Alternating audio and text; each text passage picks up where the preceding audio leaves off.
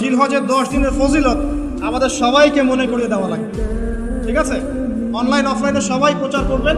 এই 10 দিন নেক আমলের জন্য একটা উৎসবের উপহার আল্লাহর পক্ষ থেকে। এই 10টা দিন যেন আমরা আল্লাহর পক্ষ থেকে এই উপহারকে কাজে লাগাই, বেশি বেশি নেক আমল করি, পরকালকে গুছিয়ে নিই। একটা অকেশন হচ্ছে আমলের উৎসব, সেটা হলো এই জিলহজ মাসের প্রথম 10 দিন।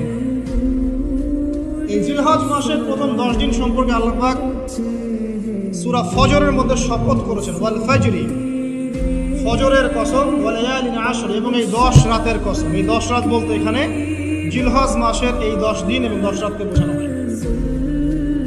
এর ফজিলত সম্পর্কে নবী সাল্লাল্লাহু আলাইহি ওয়াসাল্লাম একটা হাদিসে বলছেন, সহিহ বুখারীর হাদিস, ইবনে আব্বাস রাদিয়াল্লাহু আনহুমা থেকে বর্ণিত, নবী করিম সাল্লাল্লাহু আলাইহি ওয়াসাল্লাম বলেছেন, মা মিন আইয়ামিন আমালু সালিহু ফীহিন্না আহাব্বু ইলাল্লাহ মিন হাযিহিল আইয়ামিল আশর। আল্লাহ পাকের কাছে এই 10 দিন অর্থাৎ